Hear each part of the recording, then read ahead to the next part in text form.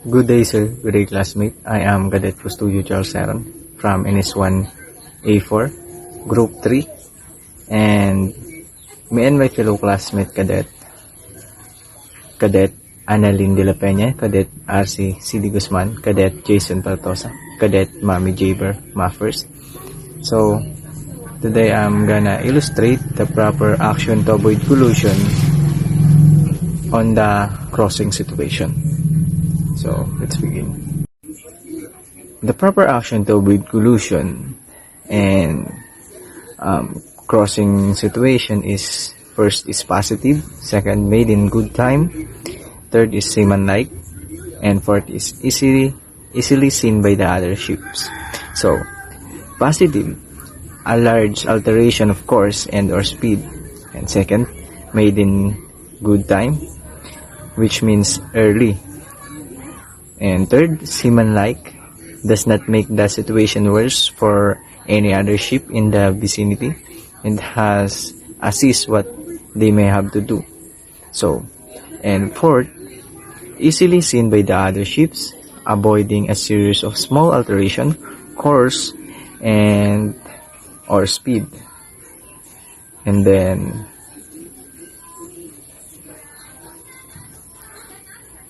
always remember is substantial alteration made in early is better than a very large alteration made late.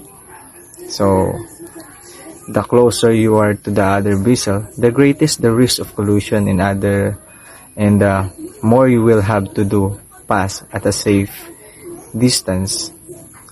A vessel traveling at a speed of 20 knots will cover 1 mile every 3 minutes.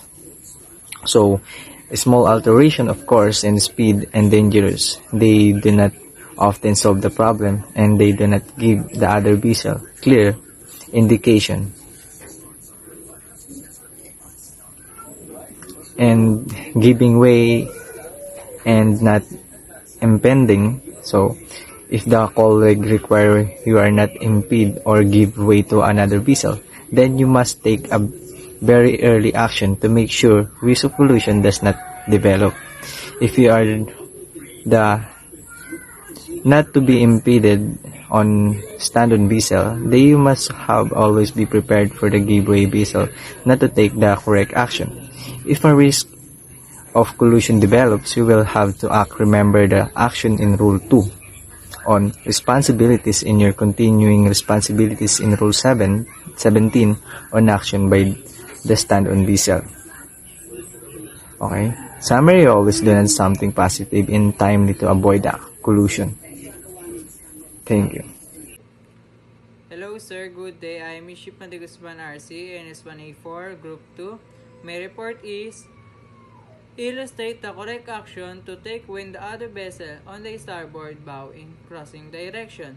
It means when two power-driven vessels are crossing so as to involve risk of collision, the vessel which has the other on her own starboard side shall keep out of the way and shall, if the circumstances of the case admit, avoid crossing ahead of the other vessels.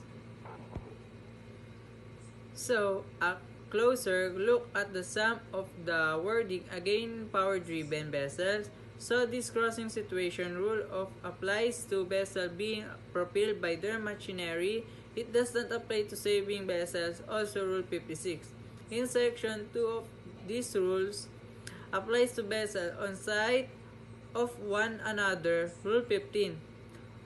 Also, only comes into effect in their a risk of collision, the shall if their circumstances of the case admit part means again a reference of rule number 2, under which we can make departure from the rule in case of emergency and we have to avoid collision at all costs. So, this following the yellow and maroon boats in the example, then the yellow boat is the giveaway vessel as the maroon boat is approaching for her starboard side. She should then after course to starboard and pass behind the marine vessels, also looking at similar situation. from another aspect. Here, the yellow boats is now the stand-on vessels and should maintain her course and speed, where areas the maroon boats is give way vessels and should alter course to starboard and pass safely behind the yellow boat. Everyone, I am Midshipman Imam Jabber M from BSMT S1A4. This is my video presentation all about illustrate the correct action to take when other vessel crossing was about 2 point forward to starboard beam and shorter range. Starboard to starboard. Pass should be signed with 2 short blasts. In short, vessel must blow 2 short blasts, indicated its intention to pass starboard to starboard and alter its cross to port. Vessel V must return to short blast to indicate arrangement and understand and their alter in course to port. There be living room in each vessel starboard side to for passing. Good morning, sir. Good morning, mates. This is Midshipwoman de la Peña, illustrating the correct action when the other vessel crossing was about 2 point of starboard beam at short range. So this is one of the example, but in the given situation, there's no distance given. So for that situation, the general answer is contact the other vessel to know his or her intention, to know either increase speed so that you'll be first to leave the crossing situation, or decrease speed to give way to prevent collision. Because in the given situation, there is no given speed or distance of the other vessel from your vessel, so always have a good lookout when there is a crossing situation, and your presence of mind should always be on the job. But I'll be giving you a situation regarding that illustration. Okay, this is my illustration. Yung sa pinakagitna, yan yung vessel natin. Tapos yung nasa taas, sa broadside, yun yung yun yung other vessel. So, if tayo yung mas malayo at yung other vessel is mas malapit at mas mabilis, so tayo yung mag-a-adjust, tayo magde-decrease ng speed, so pupunta tayo sa broadside and magde-decrease tayo, mag-adjust tayo, and papaunahin natin sila. If tayo naman, wait lang. Ito, in this second situation, tayo naman yung mas malapit, sila naman yung mas malayo, tsaka mas mabagal. So, for that, dito sa second situation, if other vessel is mas malayo and mabagal, tayo yung stand-on vessel. So, tayo dapat yung pinapauna. Tayo yung mag-i-increase ng speed to immediately leave the crossing situation. Tapos pupunta tayo sa broadside. Yun lang. And the importance learning this situation is to avoid collision. So for that, the best option is to contact other vessel for us to know who will be stand-on vessel, or who will be the vessel to be adjusted. Hello sir and hello mates. I'm Midshipman Jason Partosa, NS1A4, and this is the report of Group 4 Topic 4, and I illustrate the correct action to take when other vessel on the port bow crossing. And every pleasure craft of less than 12 minutes shall carry an efficient sound signaling device. It is used in overtaking and crossing situation and in period of reduced visibility. And overtaking, the vessel that wishes to overtake is the giveaway vessel. The vessel being overtaken is the stand-on vessel. The stand-on vessel maintains course and speed. The giveaway vessel must take early and substantial action to avoid the stand-on vessel. In the diagram above, vessel 1 is the overtaking or Give-way vessel, it can overtake vessel 2 on either side.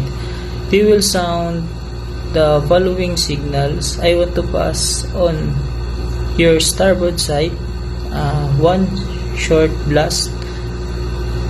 Proceed 1 short blast.